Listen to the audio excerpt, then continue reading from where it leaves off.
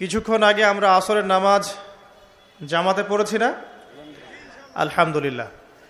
এই নামাজ আজকে প্রথম পড়লেন কারা কারা? হাত তোলেন।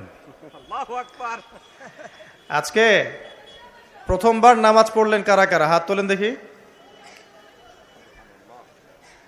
আচ্ছা, সবাই নামাজি, মাশাআল্লাহ। আজকের মাহফিলের প্রথম নসিহত তো অনেক হবে ইনশাআল্লাহ, যতটুকু সময় আছে আমাদের হাতে এবং আল্লাহ পাক যা তৌফিক দিবেন।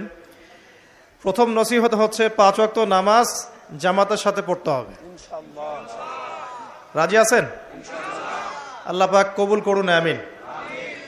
একটা হাদিস বলি, তাহলে নামাজের গুরুত্ব আপনার মাথায় চলে আসবে ইনশাআল্লাহ। বলবো? হাদিসটা কঠিন। রাসূলুল্লাহ সাল্লাল্লাহু আলাইহি ওয়াসাল্লাম বলেছেন, যখন নবীর নাম উচ্চারিত হবে তখন বলবেন কি? সাল্লাল্লাহু আলাইহি ওয়াসাল্লাম। নবী সাল্লাল্লাহু আলাইহি ওয়াসাল্লাম বলেছেন, মান তারাকা সালাতাম মুতাআম্মিদান ফাকাদ কাফারা। মান মানে যে কেউ, তারাকা মানে ছেড়ে দিল, ত্যাগ করলো, সালাতান মানে নামাজ, মুতাআম্মিদান মানে ইচ্ছাকৃতভাবে, ফাকাদ কাফারা সে ব্যক্তি কুফরি করলো। এই হাদিসটাকে আগে শুনেছেন? আলেম ওলামারা জানেন, কিন্তু আপনারা কি জানেন?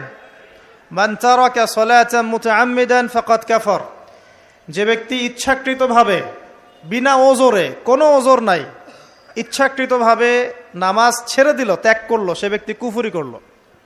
এখন আপনি বলেন, কুফরি যে ব্যক্তি করে সে কি হয়?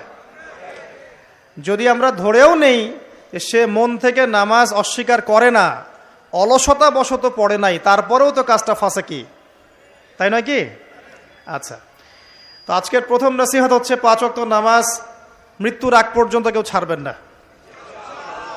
আমার সাথে ওয়াদা করেন যে ইনশাআল্লাহ আগামী যতদিন বেঁচে থাকবো 5 ওয়াক্ত নামাজ জামাতে পড়ার চেষ্টা করব, যদি জামাত না পাই একা পড়ার চেষ্টা করব। আল্লাহ পাক তৌফিক দান করুন, আমিন। আজকে যদি এই কথাটাই শুধু বাসায় নিয়ে যেতে পারেন যে 5 ওয়াক্ত নামাজ আর জীবনে ছাড়বো না, আমাদের আজকের মাহফিল সফল। আর আজকে যদি অনেক কথাবার্তা হয় ওয়ার্ল্ড অ্যাফেয়ার্স নিয়ে, ইকোনমিক্স নিয়ে, শেষ জামানা নিয়ে, ঠিক আছে, আমাদের সমকালীন ফিতনাগুলো নিয়ে, কিন্তু দিন শেষে বাড়িতে যদি কিছু না নিয়ে যেতে পারেন তাহলে আলোচনায় এসে কোনো লাভ নাই। এই ছবি তোলাতুলি, ভিডিও করা, হ্যাঁ, স্লোগান দেয়া, আইওয়া শোডাউন করার মধ্যে কোনো ফায়দা নাই। ফায়দা কিসে? কদ আফলাহা মান যাক্কাহা। আল্লাহ পাক সূরা শামসের মধ্যে বলছেন, কদ আফলাহা, সে ব্যক্তি সফল হয়ে গেল। সে ব্যক্তি সফল হয়ে গেল মানে সে জান্নাতে চলে যাবে ইনশাআল্লাহ।